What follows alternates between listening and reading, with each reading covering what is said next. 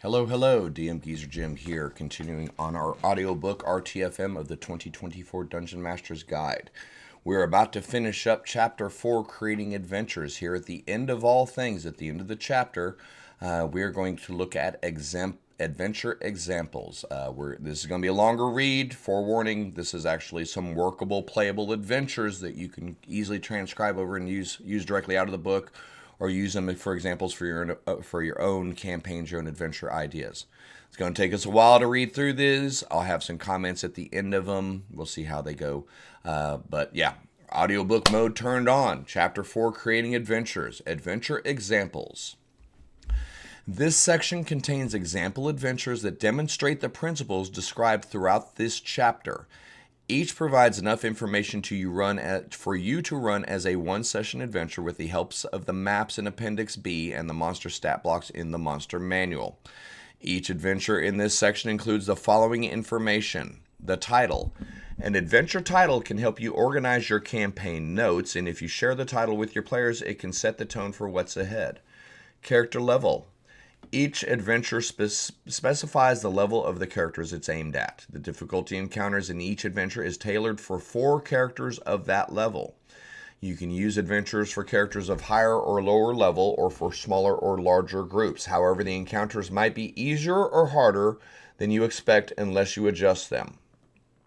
Situation. Each adventure lays out what's going on, the situation that the adventurers are called in to deal with. See the Layout the Premise section earlier in the chapter. Hook. Each adventure offers one way to draw characters into the adventure. See Draw in the Players earlier in the chapter. Encounters. The rest of each adventure description is a series of encounters. The text describes the location where the encounters occur, often pointing to the maps in Appendix B and any triggering event that might provoke the encounter. Monster names are in bold, point you to the stat blocks in the monster manual. Some encounters also specify treasure that the characters might find.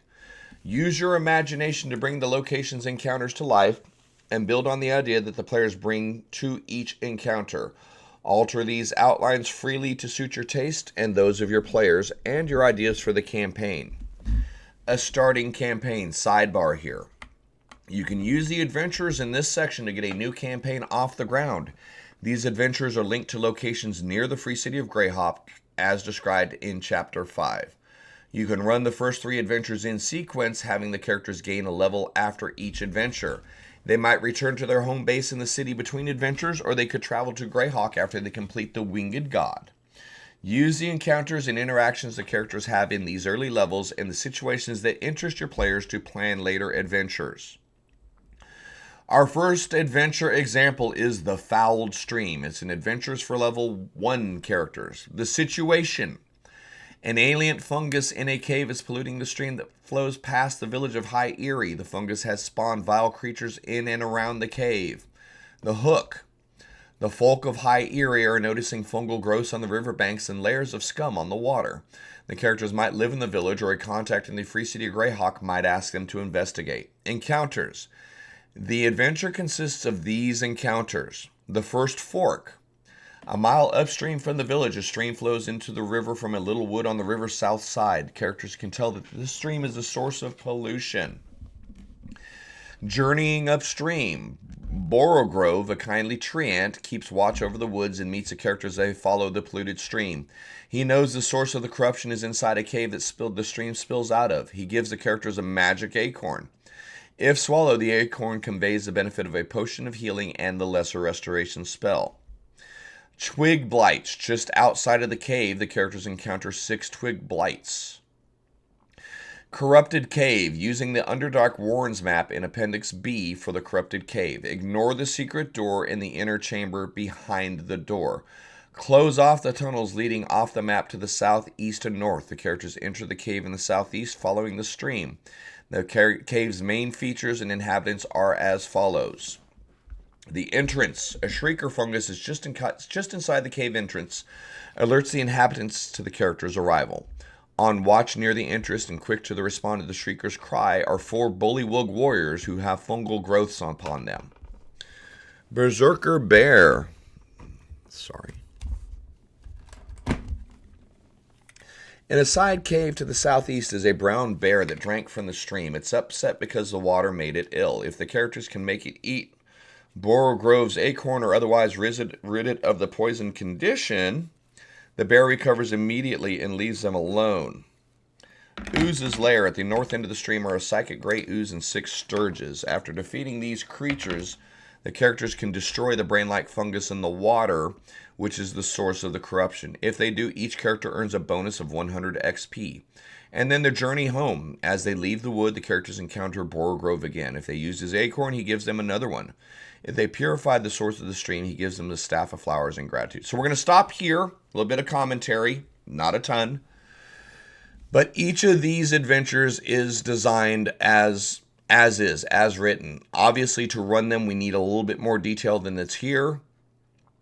But we really don't at the same time. There is enough here for any DM to give a brief description of a cave, of a dirty stream, of the 6 blights. The maps that are needed are going to be small and tiny. The main thing to keep in mind when we're looking at these example adventures is, yes, they are absolutely useful. You can use them as written. You can run them and have a great time if you wanted to. But more importantly, they are reflecting and demonstrating the steps that were laid out in Chapter 4. The premise, what is the situation, the hook, what draws the players in, the encounters that we planned, the series of encounters that are taking our players from the hook to the end of it, bringing it to an end and rewards, right? Each of these encounters, the first fork, is just an exploration encounter. We're just trying to find out what's going on. Oh, look, there's a nasty looking creek. That seems to be where the funky stuff is coming from. The next thing is the journey upstream. They're just walking through the forest, following the river. They meet a tree ant. If the players show they ask, the tree ant hopefully won't get violent because this is a low-level adventure. But you follow what I'm saying. And. Each of these is a distinct encounter location. We have our premise. We have our situation. Pollution from the stream is causing monsters. We have our hook. The people in High Eyrie hired, begged, borrowed, or pleaded for the adventurers to go. Then we have a series of encounters that play through and ultimately resolve the situation. And then ultimately at the end of it, we have our journey home, which is the bringing it to an end and the adventure reward, okay? That's it. This is kind of all you need for an adventure, guys. I know it sounds a little dumb when we got 200, 300-page adventure books around, but this is the framework that you need to run a successful adventure. No more than this, and you can probably get away with a little less than this once you get some experience. The next one we're going to look at is minor difficulties, MINER. Adventure for level 2 characters, the situation, the premise. After miners dug into an underdark tunnel, a hook horror found its way into the mine and became trapped. It has eaten a few miners, and the others are too terrified of the echoing clicks in the mine to hunt down the predator. The Hook. The mayor of the village of Blackstone, Christrid Splitanvil, a lawful good dwarf tough, hires the adventurers, perhaps because of how adeptly they handled the situation in the fouled stream. She offers a precious topaz worth 500 gold pieces to adventurers who kill the creature or drive it away. The encounters. The adventure consists of these encounters. Exploring the mine. Use the mine map in Appendix B. In the weeks since the miners abandoned the place, pests have flourished in the tunnels. Each time the characters enter a distinct area of the mine, roll on the following table.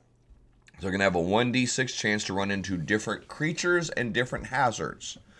Either roll or go ahead and use these as the basis for each of the chambers, up to you. Sounds of terror. The first time this encounter occurs, the characters hear a eerie clacking and scraping noise echoing in the mine's shafts and notice gouges in the walls. The second time, they find the source of those sounds and markings, the hook horror. The creature is hungry, but what it really wants to find is a way back to the Underdark. It retreats from a fight that is going badly for it. The Underdark connection. The tunnel in the southeast corner of the bottom level of the mine is where the miners accidentally connected to an Underdark tunnel. The hook horror entered the mine through the hole in the wall, but the hole closed behind it in a cascade of rubble. If the characters clear away the rubble from the hole, they hear clacking and scraping from the other side. The hook horror hears it too and hurries to rejoin its kin. As long as the characters stay out of its way, it ignores them as it scrambles back through the hole, never to plague the mine again.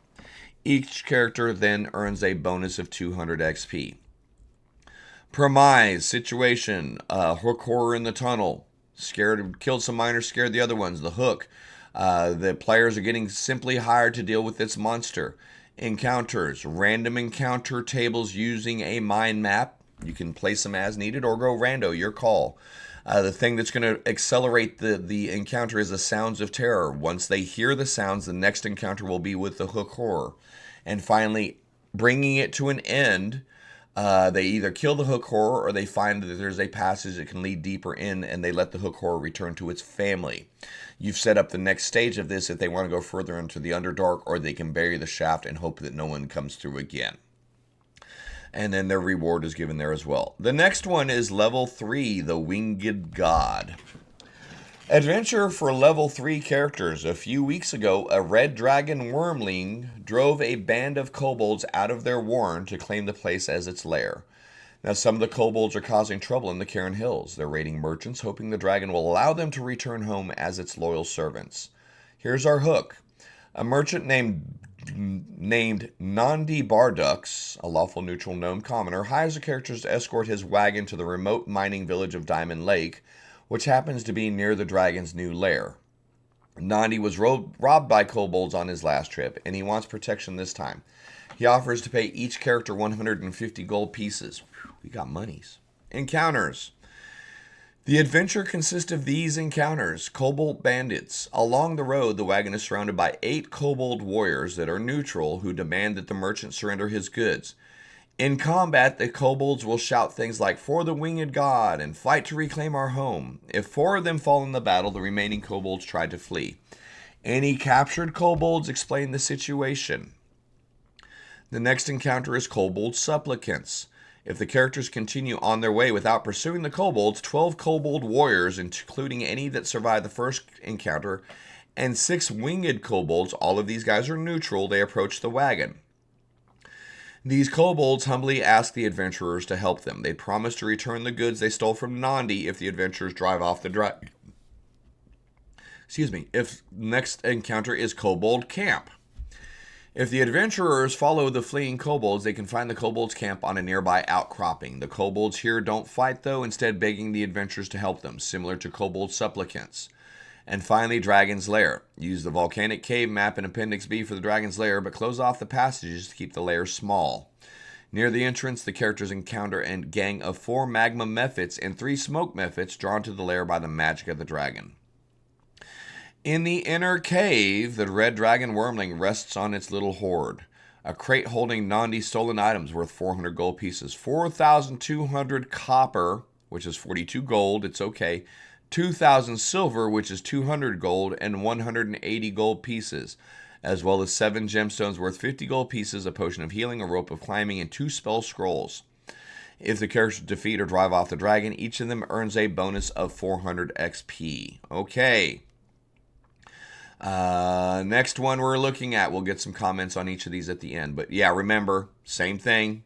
We have our premise, we have our situation.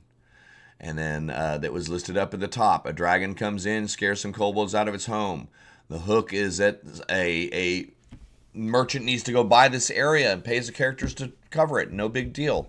The encounters are the kobolds. Now, what you notice here is you have the supplicants and the camp. Should your players go murder hobo, we still have an opportunity for them to fail forward with the kobolds not even fighting next time. Hey guys, sorry about last time. This is what's going on. So there's a couple options for your players to find out the information that the kobolds aren't the bad guys, that they're the victims. We talked about that in the plan and encounters area. Give yourself multiple paths to resolution. This is an example of multiple paths to resolve this adventure. The next one is Horns of the Beast. This is for adventurers for level 5 characters. A long-forgotten ruin is rumored to hold a fiendish artifact called the Horns of the Beast. A villain hopes to claim the artifact and put it to terrible use. Here's our hook. An unassuming human merchant named Melkus, secretly a chaotic evil fiend cultist devoted to Ayaz, hires their characters to escort him on an expedition to find an ancient temple lost in the jungle. He offers to pay them a total of 2,000 gold pieces in trade bars, half when they reach the temple and half when they return to civilization, and promises to support with them with what he claims to be limited magical ability. There's our hook. Encounters. You can use the poster map of the world of Greyhawk for this adventure. The temple is located near the southern edge of the map in the Medio jungle. The journey unfolds in 3 stages. See the travel section of Chapter 2, culminating in the discovery of the ruins and the artifacts. So Stage 1. Melchus hires a ship to carry the party to the Medio jungle. Use the map to determine how long the sea voyage takes, depending on where the adventurers begin their trip, and figuring that the ship covers 1 1/2 hexes per day. Near the end of the trip, as the ship crosses Jeklia Bay, it's attacked by a group of hostile Sahagwin, including 2 Sahagwin priests, 6 Sahagwins, and a water elemental. Assume the ship's crew stay out of the way of these terrifying monsters and let the characters and Melchus deal with this threat. Stage 1 ends when Melchus and the characters row a launch ashore.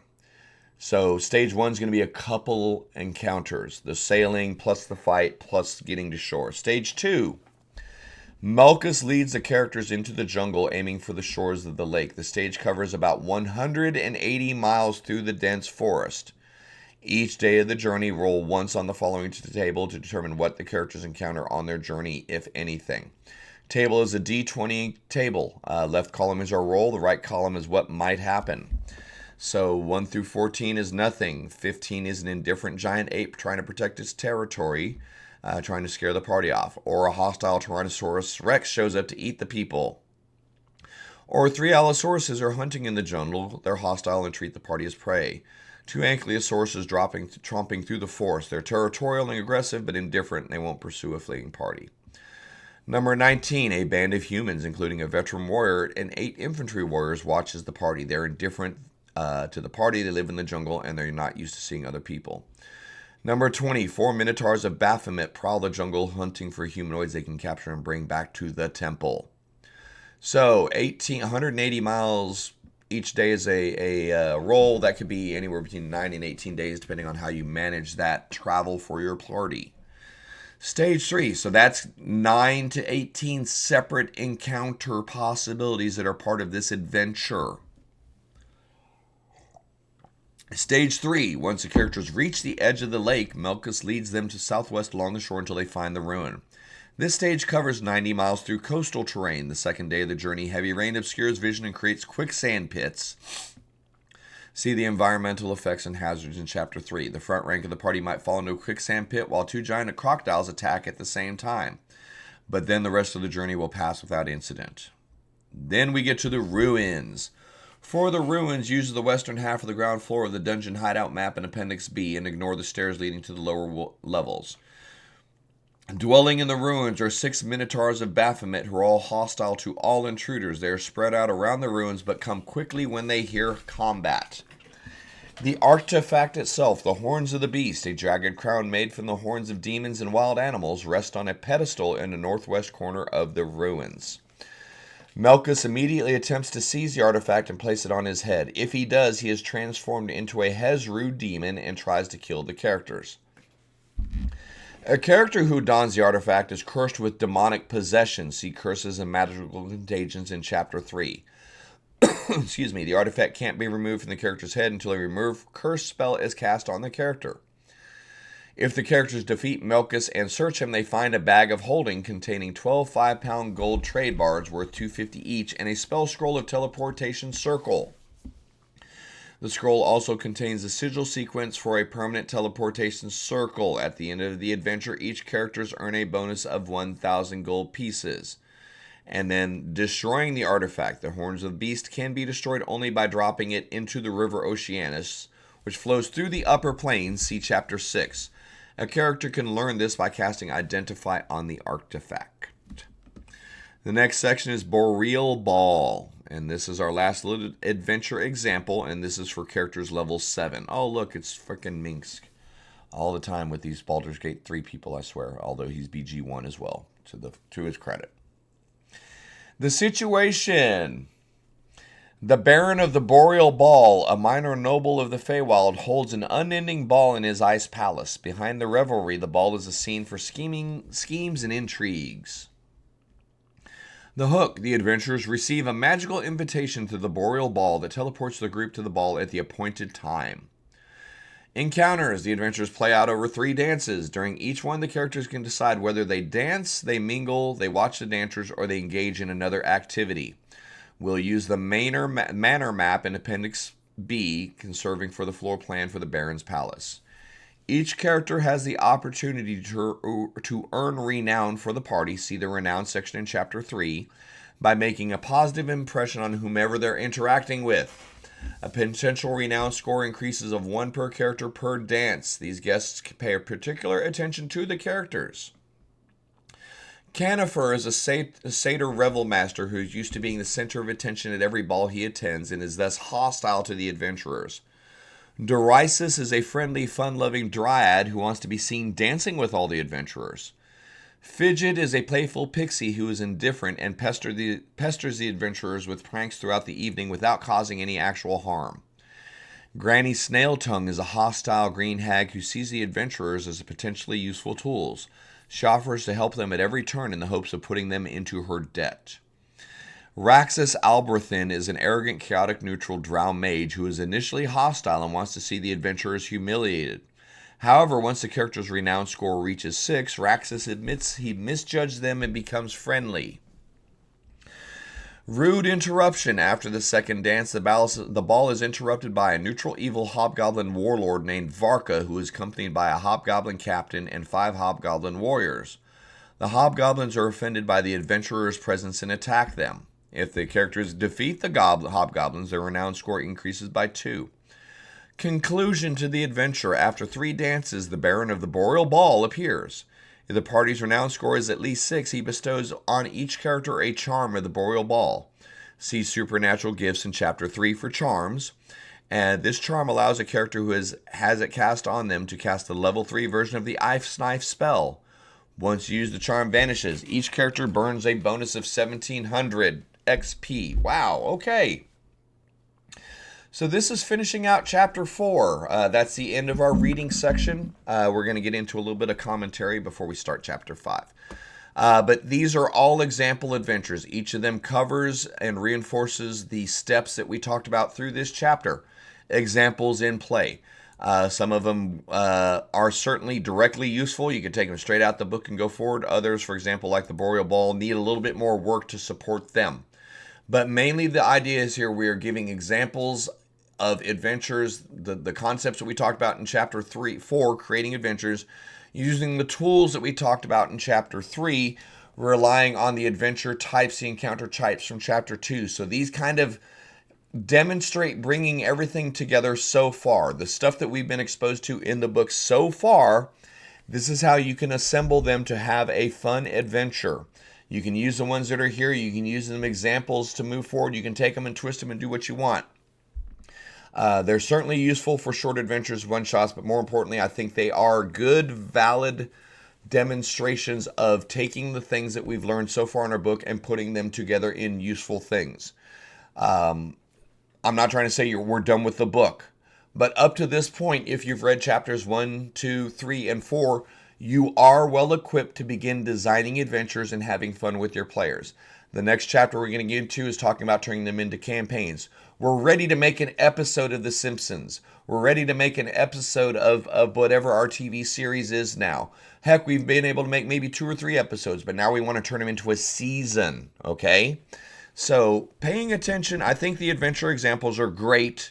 They are useful for simple adventure ideas, but they're a good demonstration of the terms that we've been covering so far, put into practical, useful ideas. But hey, guys, thank you so much for hanging out. We are finishing up Chapter 4 in audiobook and commentary mode, and we're going to start back into Chapter 5 soon. Join us over on Twitch for live chats. Continue pushing those follow buttons, subscribe buttons, and keep up with our series. We're going to go through this whole book, and if we get enough... if I get enough feedback on it, I might even do the Player's Handbook in audiobook mode. Don't know. It's the first time I've ever tried audiobooks. We'll see how they're going. Let me know how I'm doing. Give me some comments. Appreciate y'all being here. Thank you so much, and we'll see you soon.